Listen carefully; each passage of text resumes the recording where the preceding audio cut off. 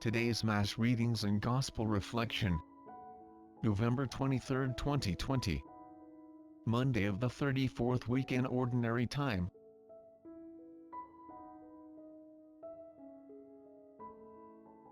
First reading. A reading from the Revelation to John.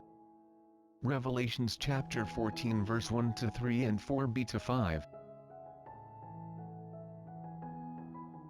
I, John, looked, and there was the Lamb standing on Mount Zion, and with him 144,000 who had his name and his Father's name written on their foreheads. I heard a sound from heaven like the sound of rushing water or a loud peal of thunder. The sound I heard was like that of harpists playing their harps.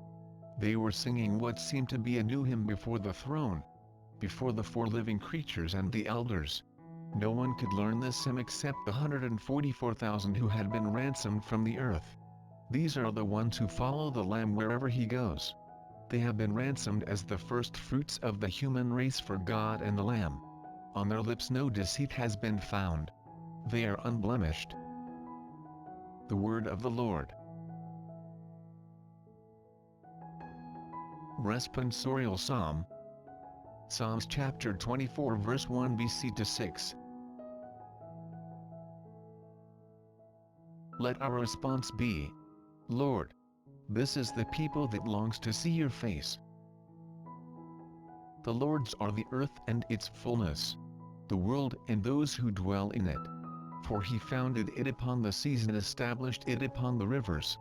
Lord, this is the people that longs to see your face. Who can ascend the mountain of the Lord? Or who may stand in his holy place?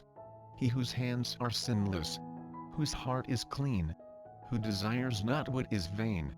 Lord, this is the people that longs to see your face. He shall receive a blessing from the Lord, a reward from God his Savior. Such is the race that seeks for him, that seeks the face of the God of Jacob. Lord, this is the people that longs to see your face.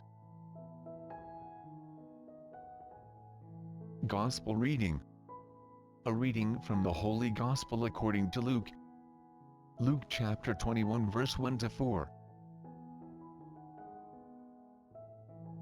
When Jesus looked up, he saw some wealthy people putting their offerings into the treasury, and he noticed a poor widow putting in 2 small coins. He said, I tell you truly, this poor widow put in more than all the rest. For those others have all made offerings from their surplus wealth. But she, from her poverty, has offered her whole livelihood. The Gospel of the Lord. Before we proceed with the video, don't forget to like the video and subscribe to our channel. Also, please hit the notification bell, so you won't miss out when we release new videos. Feel free to share your comments, suggestions, and reflections at the comments section down below. Thank you and God bless. Now, let's proceed with the video.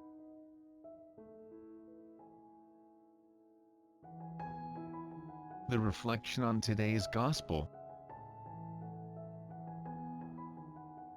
In today's Gospel, Jesus weaves the praise of a poor widow who knows how to share more than the rich. Many poor people today do the same. People say, the poor do not let the poor starve to death. But sometimes even this is not possible. A woman who went to live out in the country in the periphery of a city in Brazil, in Paraíba, said, in the country the people are poor, but they always have something to share with the poor who knock at their door. Now that I am here in the city, when I see a poor person who knocks on the door, I hide because I feel ashamed, because I have nothing in the house to share with him. On one side, there are rich people who have everything but do not know how to share, and on the other side, there are poor people who have hardly anything but who want to share the little they have. At the beginning, in the Church, the great majority of the first Christian communities were formed by poor people. After a short time, well-to-do people also joined these communities, and this caused several problems. The social tensions which were present in the Roman Empire began to appear in the life of the communities. For example, It manifested itself when they met together to celebrate the supper, or when they held a meeting. This is why the teaching of the act of the widow was very meaningful, both for them as well as for us today. Jesus was near the treasury in the temple and observed people who put in their offering. The poor put in a few pennies. The rich put in offerings of great value. The treasury of the temple received much money. All gave something for the maintenance of the worship, to support the clergy and for the preservation of the building. Part of this money was used to help the poor, because at the time there was no social security. The poor lived at the mercy of public charity. The persons who had the greatest needs were the orphans and the widows. They depended on the charity of others for everything, but even in this way, they tried to share with others the little that they had. Thus, a very poor widow put her offering into the treasury of the temple of just 2 pennies. Which is worth more, the few pennies of the widow or the great amount of the rich? According to the majority, the money of the rich was more useful for charity than the few pennies of the widow. For example, the disciples thought that the problems of the people could be resolved only with much money. On the occasion of the multiplication of the loaves, they had suggested buying bread to feed the people. Philip succeeded in saying, 200 denarii of bread are not even enough for everyone to have a piece of bread. In fact, for anyone who thinks like that, the 2 pennies of the widow do not serve for anything. But Jesus says, I tell you truly, this poor widow has put in more than any of them. Jesus has a different criterion, calling the attention of the disciples to the act of the widow. He teaches them and us where we have to look for the manifestation of God's will, in the poor and in sharing. This is a very important criterion. In fact, all these have put in money they could spare, but she in her poverty has put in all she had to live on. The practice of giving alms was very important for the Jews. It was considered to be a good work, because the law of the Old Testament said, of course, there will never cease to be poor people in the country. And that is why I am giving you this command. Always be open-handed with your brother, and with anyone in your country who is in need and poor. The alms put into the treasury of the temple, whether for worship or for the needy, orphans, or widows, were considered a pleasing act to God. To give alms was a way to recognize that all goods of the earth belong to God and that we are only the administrators of these gifts. But the tendency to accumulate continues to exist and is very strong. It always arises anew in the human heart. Conversion is always necessary. This is why Jesus said to the rich young man, "Go, sell all you possess, and give it to the poor." In the other Gospels the same requirement is repeated. Sell your possessions and give to those in need.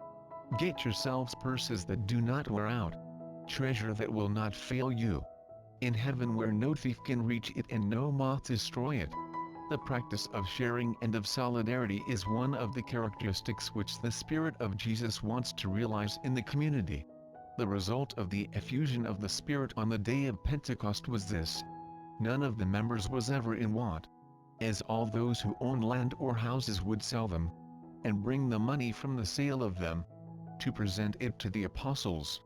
This money, deposited at the feet of the apostles, was not accumulated but it was then distributed to any who might be in need.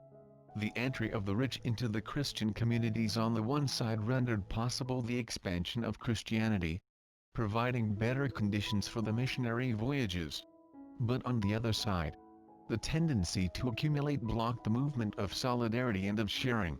James helped people to become aware that they were following a mistaken path. Well now, you rich, lament, weep for the miseries that are coming to you. Your wealth is rotting. Your clothes are all moth-eaten. To undertake the way to the kingdom, all need to become pupils of that poor widow, who shared with others what was necessary for her living. What difficulties and joys do you find in practicing solidarity and sharing with others? How is it that the 2 pennies of the widow can be worth more than the large amounts of the rich? What is the message of this text for us today? Be sure that Yahweh is God. He made us. We belong to Him, His people, the flock of His sheepfold.